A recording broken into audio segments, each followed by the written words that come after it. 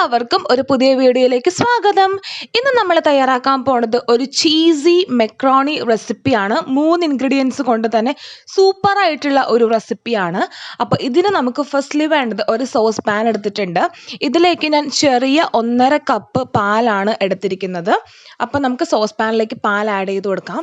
എന്നിട്ട് പാൽ ജസ്റ്റ് ഒന്ന് ചൂടായി വരുമ്പോഴത്തേനും നമുക്ക് 1 കപ്പ് മെക്രോണി അതിലേക്ക് ആഡ് ചെയ്ത് കൊടുക്കാം.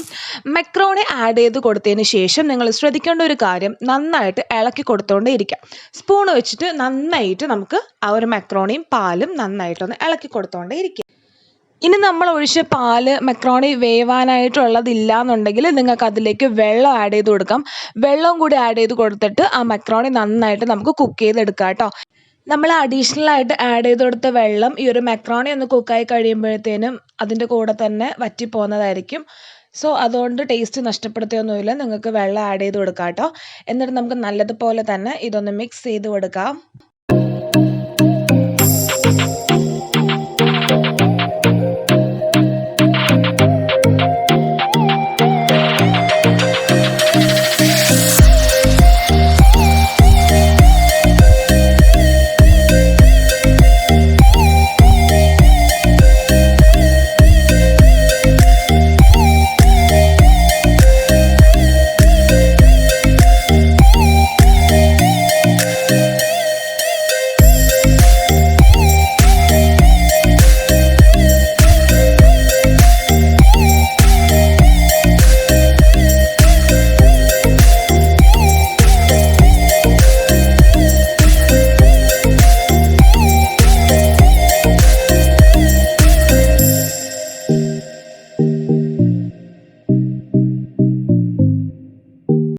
അപ്പം നമ്മുടെ മെക്രോണി പാലിൽ കിടന്ന് നന്നായിട്ട് കുക്കായിട്ട് വന്നിട്ടുണ്ട്.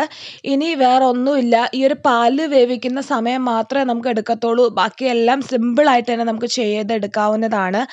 അതിനുശേഷം ഞാനിവിടെ അമൂലിൻ്റെ 2 സ്ലൈസ് ചീസ് എടുത്തിട്ടുണ്ട്. അത് നന്നായിട്ട് ജസ്റ്റ് ഒന്ന് കട്ട് ചെയ്തിട്ട് അതിലേക്ക് ആഡ് ചെയ്ത് കൊടുത്തിട്ടുണ്ട്. നല്ല ചൂടായതുകൊണ്ട് തന്നെ പെട്ടെന്ന് തന്നെ അതിലേക്ക് നന്നായിട്ട് മെൽറ്റായി പൊക്കോളും. അപ്പോൾ ആ 2 കംപ്ലീറ്റ് ആയിട്ടുള്ള ആ 2 സ്ലൈസ് ചീസും ഞാൻ ഇതിലേക്ക് ആഡ് ചെയ്ത് കൊടുത്തിട്ടുണ്ട് കേട്ടോ.